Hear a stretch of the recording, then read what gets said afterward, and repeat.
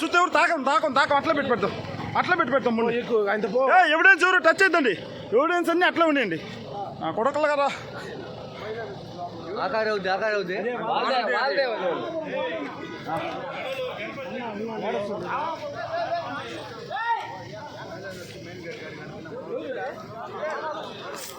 ఆపండి నా కొడకలు ఎవరిని వదలొద్దండి ఆపండి అందరూ రండి నా కొడకలు ఎవడు బయట పోకూడదు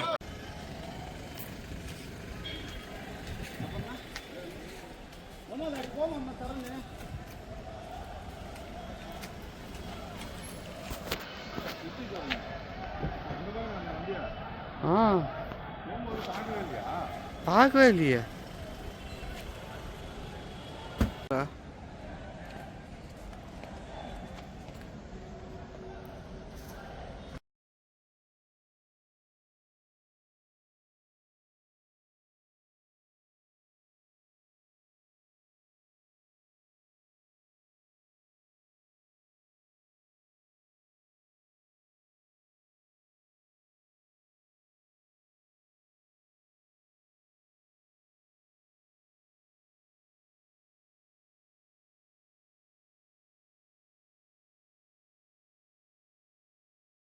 సార్లు పదవి అనుభవించి 10 సంవత్సరాలు పదవి అనుభవించి ఈ రోజు పదవి పోగొట్టుకుంటున్నామని నాని గారి మీద హత్యాయత్నం చేసే స్థాయికి దిగజారినాడు ఎమ్మెల్యే అంటే ఎక్స్ ఎమ్మెల్యే ఎవరు ఇంట్లో ప్యాకేజ్ మొత్తం చెవిరెడ్డి కావచ్చు, తమ్ముడు చెవిరెడ్డి రఘు కావచ్చు, కొడుకు మోహిత్ కావచ్చు, మొత్తం అంతా ఏ బుద్ధులతో పుట్టేశారో వాళ్ళ ఇంట్లో మనకు అర్థం కాలే.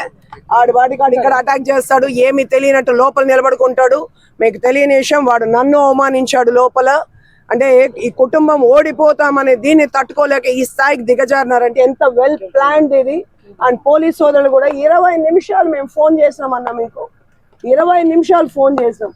గన్ మ్యాన్ ని కొట్టినారు, మన సిఐని గన్ మ్యాన్ ని కొట్టారు, ఒక సిఐ గారిని కొట్టారు. 20 నిమిషాలు మేము ఫోన్ చేసినాం.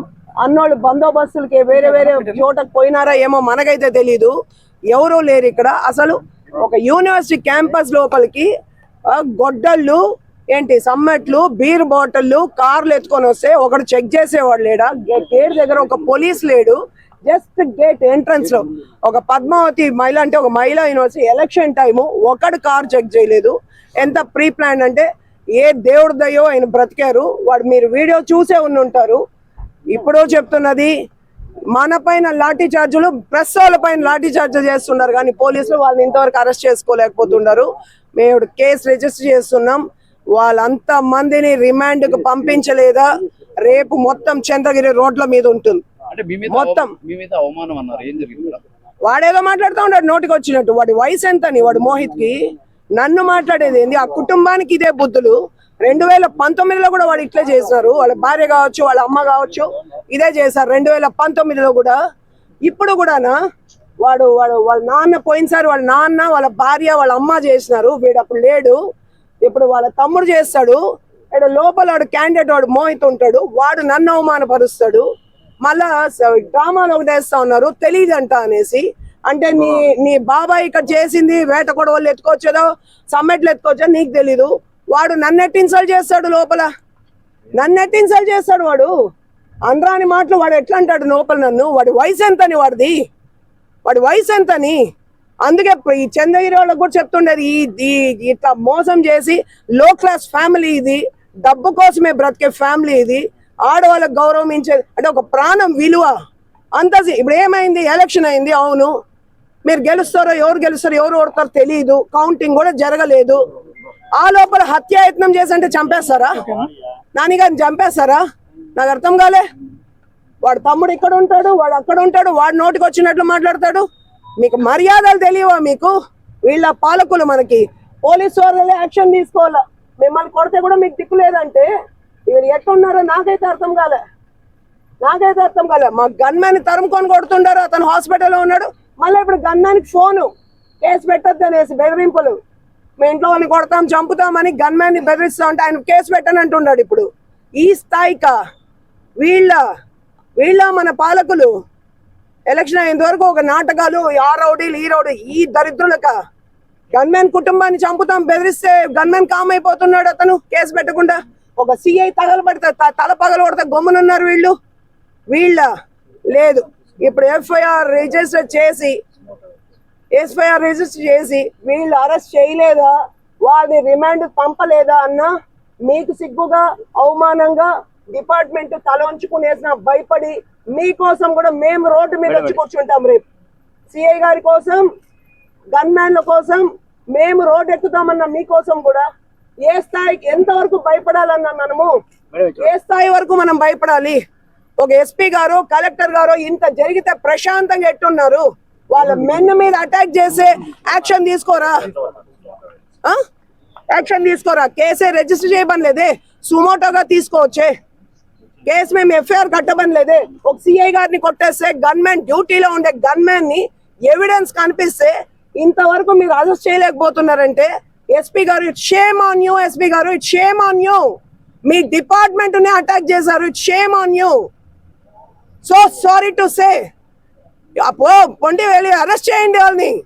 మా పైన జరిగినందుకు కాదు, డిపార్ట్మెంట్ ని అటాక్ చేస్తే మీరు ఇంతవరకు అరెస్ట్ చేయలేదంటే షేమ్ ఆన్ యూ అండి. అరెస్ట్ చేయమని చెప్తున్నాం. వాళ్ళు చెయ్యని పక్షంలో రేపు మేమందరం వచ్చి రోడ్డు మీద కూర్చుంటాం. మొత్తం చంద్రగిరి వచ్చి ప్రెస్ ని అటాక్ చేస్తారు. రండి రేపు కూర్చుందాం. పోలీసుల కోసం ప్రజల కోసం అందరం కూడా రోడ్డు మీద కూర్చుంటాం. పోలీసులు సహాయం చేయాల్సింది పోయి ప్రెస్ పైన పబ్లిక్ పైన లాఠీ చార్జా? లోపల 20 నిమిషాలు అంటే వాళ్ళదేం తప్పు ఉంటుంది? వాళ్ళ ఎస్పీనో ఇక్కడ కలెక్టర్ గారు వాళ్ళని అడగాల. వీళ్ళు చిన్న ఉద్యోగులు నెక్స్ట్ గ్రేడ్ వాళ్ళు వీళ్ళేం చేస్తారు? వాళ్ళ ఆర్డర్స్ ని పాటిస్తారు అంతే. ఉన్నారు కదా ఒక 20-30 మంది పైన 50 మంది మారణ ఆయుధాలు క్యారీ చేస్తా ఉన్నారు. అంత బ్రాండ్ గా నేను వెనకే ఉన్నా. కాకపోతే నేను ఇట్లా అయినా కార్లు ఆగున్నాయి వరుసగా ఆగింటే నాన్నగారు ఎవరితో మాట్లాడుతున్నారు కార్యకర్తలు. నేను జస్ట్ ఇట్లా రైట్ తీసుకొని ఎగ్జిట్ లో ఎంటర్ అయినా, ఇట్లా ఎంటర్ అయినా. కార్ ఆయన వెనకే ఉన్నాను నేను. అసలు మేమున్నాం ఒక 20 మంది మా కారులో. అదేదో కార్ కి కెమెరాలు ఫిక్స్ చేసుకుని ఇట్లా దరిద్రులు ఉంటారని అటాక్ చేస్తారని పోయిన 2019 లో మమ్మల్ని అటాక్ చేశారు, మళ్ళీ చేస్తారు ఆ దరిద్రులు అని. ప్రతి కార్ కి కెమెరా ఫిక్స్ చేయబట్టి ఎవిడెన్స్ దొరికింది, లేకపోతే ఎవిడెన్స్ కూడా ఉండదు. అంత క్లియర్ ఎవిడెన్స్ ఉన్నా ఒక గన్ మ్యాన్ ని కొట్టేసినా తరిమి కొట్టినా మీరు అరెస్ట్ చేయలేదు అంటే సిగ్గుపడాలి ఎస్పీ గారు, చాలా సిగ్గుపడాలి. నేను వెళ్ళలేదండి ఇంతవరకు. ఇక్కడ వెళ్తే దీన్ని ఏం చేసేస్తారో మనకు తెలియదు. అందుకని స్ట్రాంగ్ రూమ్ సీల్ వేసేంత వరకు బయట వెళ్ళదు. ఈజీ కంప్లైంట్ చేసినాం. ఏం చేస్తాం? అవునండి వస్తారు వాళ్ళు, వచ్చారు. నేను మోహం కూడా చూడను. జీవితంలో నువ్వు ఆడదాన్ని గౌరవించేది నీ కుటుంబ సభ్యులు. మీ నాన్నకు తెలియదు ఎట్లా నేర్చుకోండి. మళ్ళా మాట్లాడతాను, క్షమించననే చెప్పి వచ్చిన. రాయబారానికి వచ్చి ఏం చేస్తారు? ఇక్కడ ప్రాణాలు తీసే సారీ చెప్తే సరిపోతుందా? ఇప్పుడు సేఫే అండి, సీల్ చేశారు. మాకైతే తెలియదు, ఎందుకంటే మొత్తం అంతా దొంగలే ఇక్కడ. సీనియర్